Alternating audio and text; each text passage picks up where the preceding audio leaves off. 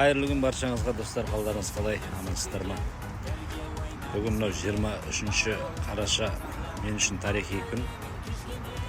Себебі 2011 жылы ең алғашқы рет Жаса Қазақстан дейтін концертімді осы күні бергем, 2011 жылы.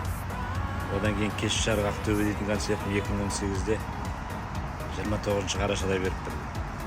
Енді Астанадағы концертіміз бұйыртса 26 қарашаға келіп тұр. Енді әдейі бір атаулы дат емес, дегенмен осы бұйырымы солай болып тұр ғой.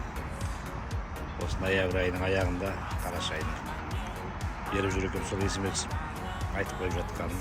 Ертең 26 қараша бұйыртса ертең жолға шығамыз. Астанада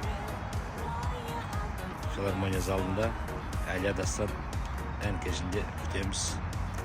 Келіңіздер, қолдаңыздар. Бүгін Ақтөбеде күн жарқырап тұр. Ақтөбенің жылы тілегін әнін алып барамыз.